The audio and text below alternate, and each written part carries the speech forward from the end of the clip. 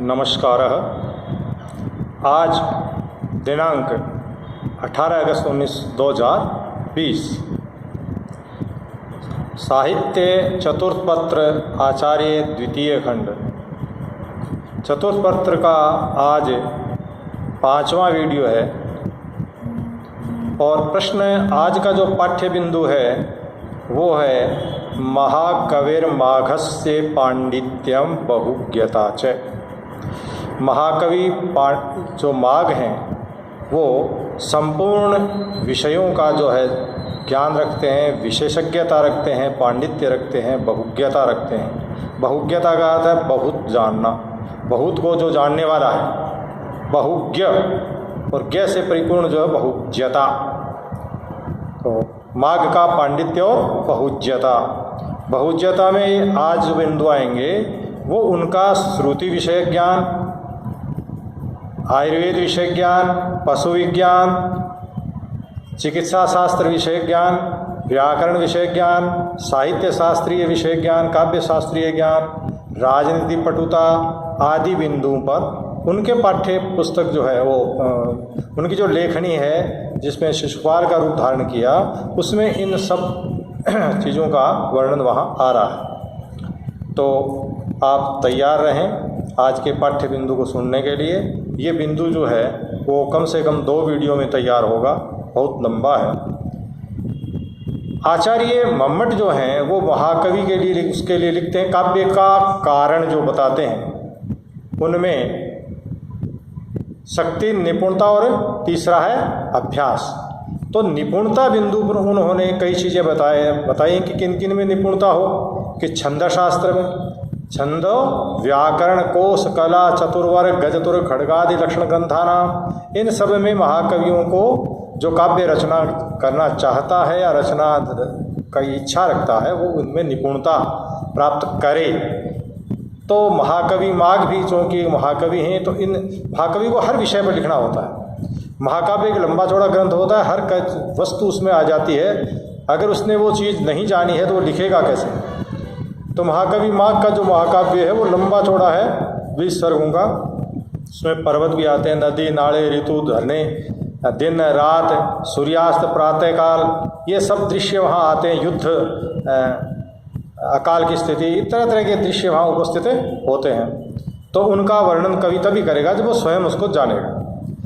तो सुनिए, महाकविर माघस्य न केवल कविरेवासीत। महाकवि माघ न केवलम कविरेवासीत अपितु स संस्कृत साहित्यस्य महान पंडित आसीत। पंडित का अर्थ यहाँ है विशेषज्ञ, जानकार।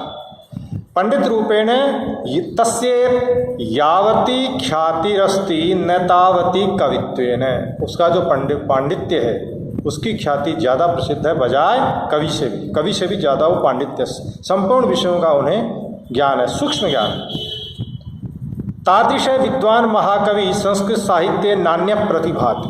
कालिदास बहुत बड़े कवि हैं लेकिन हर विषय पर उनकी भी लेखनी नहीं चलती। महाकवि बाण भट्ट आदि भी हैं लेकिन महाकवि माघ जो हैं उनके विविध विषयों का ज्ञान जो है बड़ा दिव्य है। महाकवि माघ से पांडित्यम सर्वतोमुखी आसीत। सब और उनकी नज़र थी, सब और उनका प्रवेश था, सब और विषयों का उन्हें जानकारी थी। शिशुपाल वधस्याध्ययनेन जायते यत् संस्कृत भाषायां तत्साहित्ये च तस्यासाधारणम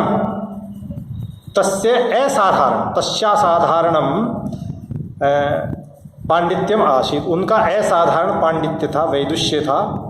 जैसे कि वेद, धर्म, दर्शन, राजनीति, व्याकरण आदि विषयाणाम अयम विशिष्ट विद्वान आसीत। अयम कै माघ है। तन महाकाव्य तस्य बहुमुखी प्रतिभा दृश्य थे। उनके महाकाव्य में उनकी बहुमुखी, अनेक मुख वाली, अनेक विषयक बुद्धि जो है उसकी वहाँ उपस्थिति होती है, दिखाई देती है। अधुना वयम तस्य पांडित्यस्य बहुज्ञतायाश्च सूचकानि कानिचित उदाहरणानि प्रस्तुत। कुछ उदाहरण यहाँ प्रस्तुत करते हैं। उनका श्रुति विषय ज्ञान जो है, उनके श्रुति माने वेद विषय ज्ञान, वेदों की जानकारी उनको है। अगर जानकारी है तभी वो वर्णन उनका कर पा रहे हैं। जैसे कि महाकवि माघ जो हैं वो कई जगह लिखते हैं, लेकिन 11वें सर्ग में चौथा श्लोक आता है।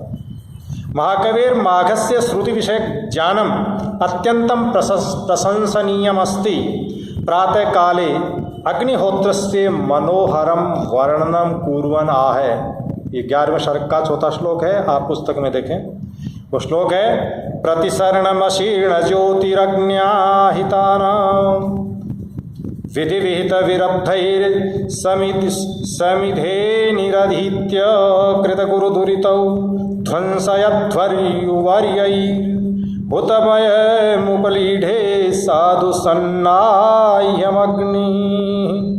अर्थात इस पद्य के द्वारा वो बता रहे हैं कि प्रातः काले गेहे गेहे, कहाँ, गांव गांव में, नगर नगर के, घर घर में, प्रातः काले गेहे गेहे गृहे गृहे अग्निज्वाला दीप्यते पुरोहिताः ब्राह्मणाः उदात्तानुदात्त स्वरोच्चारणेन सह मंत्रान् उच्चार्य दीप्तासु अग्निषु हविंसि समिधाश्च निक्षिपन्ति। प्रातः काल में घर घर में जो गृहस्थ लोग जो हैं अग्निहोत्र जो करते हैं, तो वो अपने अग्नि ज्वाला जो है उसमें समिधा कहते हैं, यज्ञ से संबंधित जो लकड़ी है उसका नाम वहाँ लकड़ी नहीं कहते, वहाँ समिधा कहते हैं।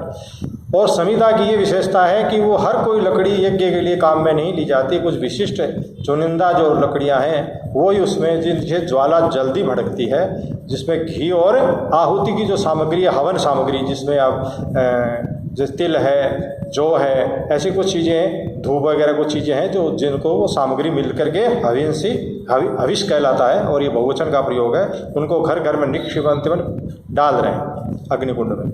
अग्नि ज्वालाश्च तदास्वादनम कुर्वन्ति, अग्नि की ज्वालाएं जो हैं वे उनका आस्वादन करते हैं, किनका, हविष सामग्री का। और वो कहाँ पहुँचाते हैं, देवताओं तक। वैदिक देवताओं का मुख अग्नि को कहा गया है वेद में, तो वो अग्नि उनको ग्रहण करता और देवताओं तक उनको पहुँचाता है।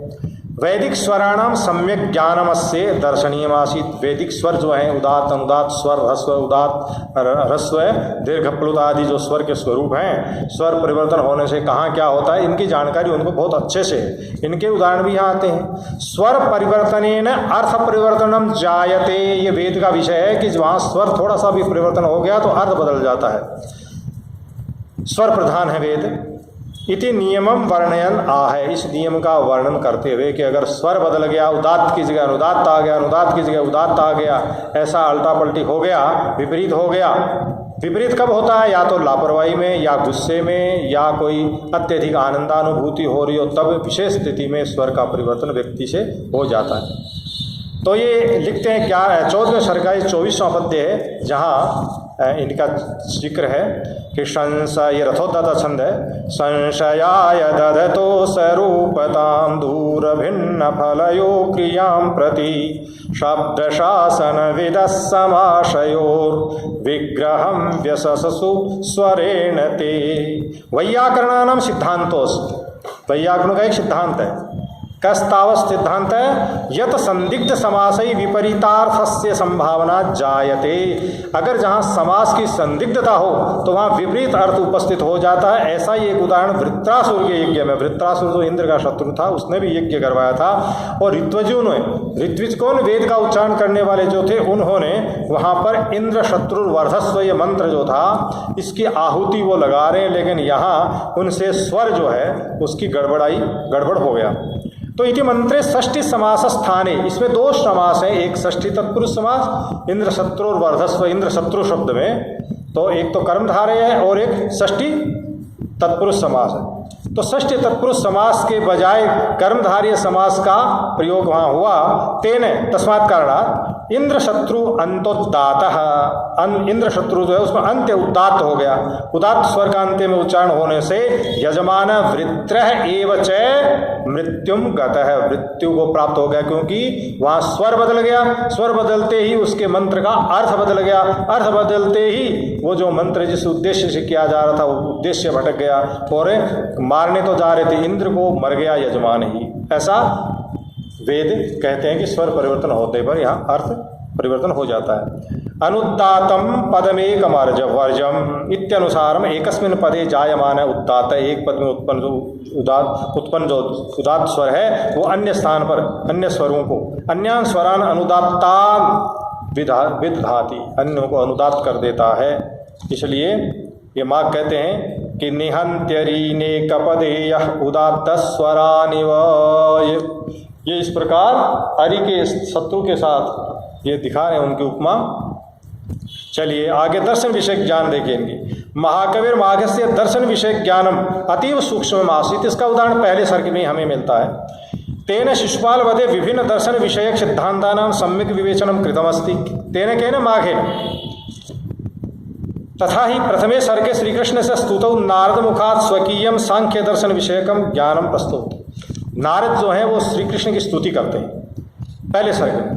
जब कृष्ण अपना वक्तव्य पूरा कर देते हैं, स्वागत सत्कार कर देते हैं, अब नारद जी से कुशल क्षेम पूछते हैं, तो नारद जी प्रत्युत्तर देते हुए श्री हरि से कहते हैं, जो स्वयं साक्षात श्री हरि के रूप में या कृष्ण रूप में हरि विराजमान है, तो वहाँ एक पद्य वो सांख्य दर्शन संबंध उनकी स्तुति करते हुए कहते हैं कि हे पुरुष, जो प्राकृत पुरुष हैं, तो पुरातन पुरुष हैं, वो भी आप ही हैं और प्रकृति भी आप है। सांख्य दर्शन में 25 तत्व हैं, उनमें एक बड़ा तत्व जो है पुरुष है और एक है प्रकृति।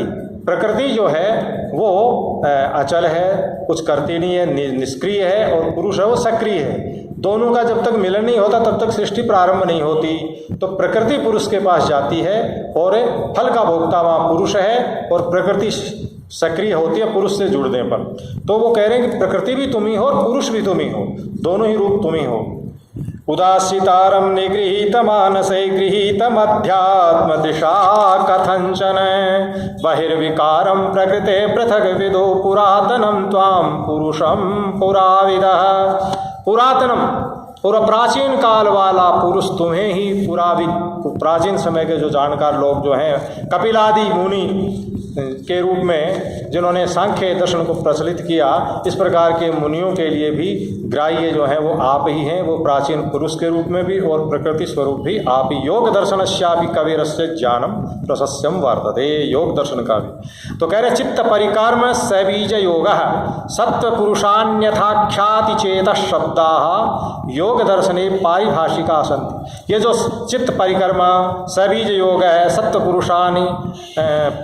पुरुषान्यथाख्यातानि, ये शब्द योग दर्शन के हैं। तो ये कह रहे हैं ये पारिभाषिक शब्द जो है वो माघ के काव्य में भी आते हैं। एवमेव मैत्री मुदिता करुणोपेक्षाणाम चतस्रीणाम चित्तशोधक वृत्तिनाम है विद्यास्मिता रागद्वेषाभिनिवेश रूपाणाम पंचक्लेशानाम अपि संकेत उपलब्धते। ये शब्द जो है इनका संकेत इनके महाकाव्य में स्थान स्थान पर मिलता है। ये भी पंचक्लेश है, ये 5 क्लेश भी उसमें कहे गए हैं, उनसे युक्त होता हुआ, मुक्त होता हुआ। पंचक्लेश ही मुक्त है, शन योगी सबीज समाधि प्राप्त होती। जो 5 क्लेशों से मुक्त हो जाता है, इस प्रकार का योगी समाधि को प्राप्त होता है। ततश्च सत्व पुरुषान्यथा ख्यातिम अपि निरोधुम इच्छन्ति। उसके बाद में सत्व पुरुष जो है वो क्या कह रहे हैं, ये कह रहे सत्व पुरुषानि अतख्यातिम अपि निरोधुम इच्छन्ति। महाकविर माघ अद्वैत वेदांति आसीत, अद्वैत वेदांति थे। द्वैत माने ईश्वर और संसार को या जीव को पृथक माने, जो केवल सब कुछ परमात्मा का ही अंश मानता है, वो अद्वैतवादी है। तो ये अद्वैतवादी जो दर्शन है उसके ये अनुयायी हैं। तो महाकविर माघ अद्वैत वेदांति आसीत ये मोक्षम इच्छन्ति तेषाम कृते ब्रह्म रूप श्री कृष्ण एवं शरण्य अस्ति। ये कहते हैं कि जिनको मुक्ति चाहिए उनके लिए श्री कृष्ण ही मोक्ष के आधार है, शरण के आधार है। न केवलम आस्तिक दर्शनानाम अपितु नास्तिक दर्शनानाम तदीयम ज्ञानम अतीव गंभीरमासीत। उनका जो ज्ञान है आस्तिक दर्शन, जो सांख्य आदि जो हैं, सांख्य को आस्तिक और नास्तिक दोनों में माना गया है। सांख्य के 2 स्वरूप है, कुछ ईश्वर को तत्व को मानते हैं तो वो कुछ अनिश्वर को मानते हैं। तो ऐसी स्थिति में सामान्यतः सांख्य जो है वो वेद को प्रमाण मानता है, वेद को प्रमाण मानने वाले आस्तिक दर्शन कहलाते हैं। तो योग और सांख्य जो है इस दृष्टि से आस्तिक दर्शन है। महाकवि माघ जो है वो नास्तिक दर्शन के भी जानकार है। चारवाक आदि जो हैं, जैन बौद्ध आदि जो हैं, जो वेद को नहीं मानते, उनके भी वो पारंगत पंडित हैं। उसके प्रति भी उनका ज्ञान जो गंभीर है।